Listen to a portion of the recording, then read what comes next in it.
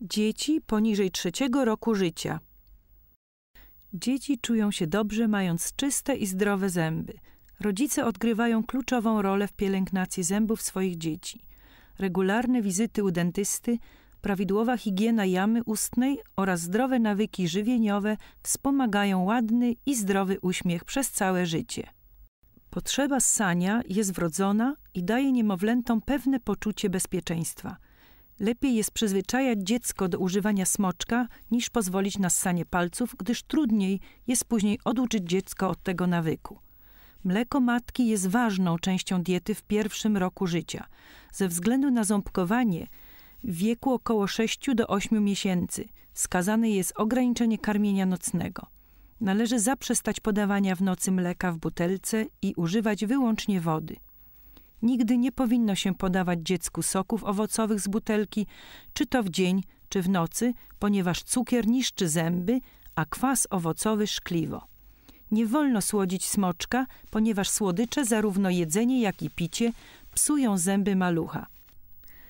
Przy ząbkowaniu pojawiają się szczególne dolegliwości, takie jak ból czy swędzenie dziąseł. Długotrwała gorączka nie jest nigdy spowodowana ząbkowaniem.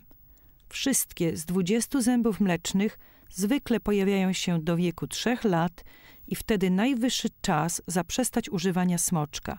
Dzieci czują się dobrze, mając czyste i zdrowe zęby. Prawidłowa higiena jamy ustnej jest konieczna, a zęby trzeba czyścić, nawet jeśli nie zawsze jest to proste.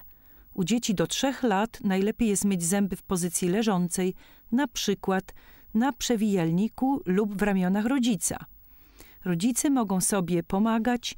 Główka dziecka powinna leżeć na nogach rodzica, który myje zęby. Drugi rodzic, pomocnik, przytrzymuje dziecko oraz stara się przyciągnąć jego uwagę. Powinno używać się szczoteczki z gęstym, miękkim włosiem na małej główce z rączką pasującą do dłoni. Pasta powinna zawierać 0,1 do 0,15% fluoru, gdyż fluor wzmacnia szkliwo zębów. Używajcie małej ilości pasty, która odpowiada wielkości 1/4 paznokcia na małym palcu dziecka, ponieważ dziecko połyka pastę, która idzie prosto do jego ust.